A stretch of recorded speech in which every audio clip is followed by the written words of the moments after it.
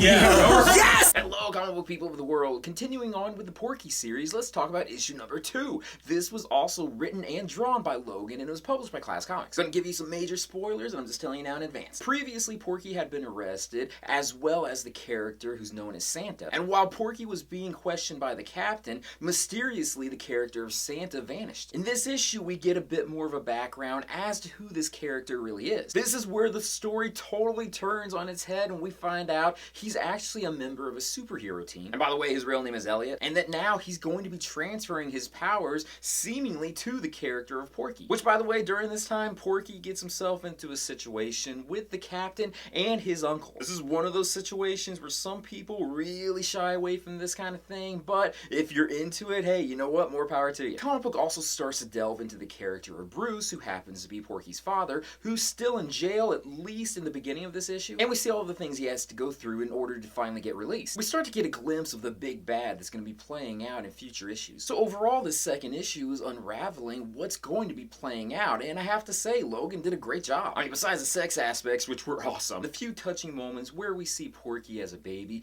with his mother and his father together was sweet. But I admit I do like seeing his dad having to do special favors in order to get through prison. This comic book is incredible. I love Logan's art style. And besides being a comic book made for adults, it does have a legitimate storyline playing out that draws you in. Remember, this is only issue number 2. I have a couple more videos to talk about to catch up to the series. If you're interested in reading this, you want to go to classcomics.com, where you can download a digital version from there. But I'll end this comic book review at this point. If you haven't done it yet, check out my Patreon site, patreon.com/GeekComicGeek. You become a patron, you get to see extra pictures, videos, and photo shoots that I only show to patrons. Check it out, I'd really appreciate it. And with that, I'll join you guys for another video very soon. Peace, love, namaste, I'll see you guys later. Thanks.